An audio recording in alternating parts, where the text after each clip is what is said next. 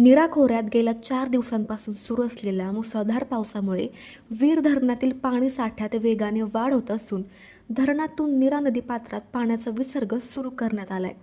त्यामुळे नीरा नदीकाठच्या गावातील नागरिकांनी सतर्क राहण्याचे आवाहन पाटबंधारे विभागाने केले आहे। नीरा उजवा कालवा विभाग फलटणचे कार्यकारी अभियंता यांनी दिलेल्या माहितीनुसार बुधवार दिनांक 8 जुलै सायंकाळी 6 वाजता वीर धरणाच्या सांडव्यावरून 4637 क्युसेक आणि एस्केपमधून 1400 क्युसेक असा एकूण 637 क्युसेक पाण्याचा विसर्ग नीरा नदीपात्रात सुरू करण्यात आला आहे। नीरा देवघर, भाटघर आणि गुंजवणी धरणाच्या पाणलोट क्षेत्रात सुरू असलेल्या संततधार पावसामुळे वीर धरणात मोठ्या प्रमाणावर पाण्याची आवक होत आहे।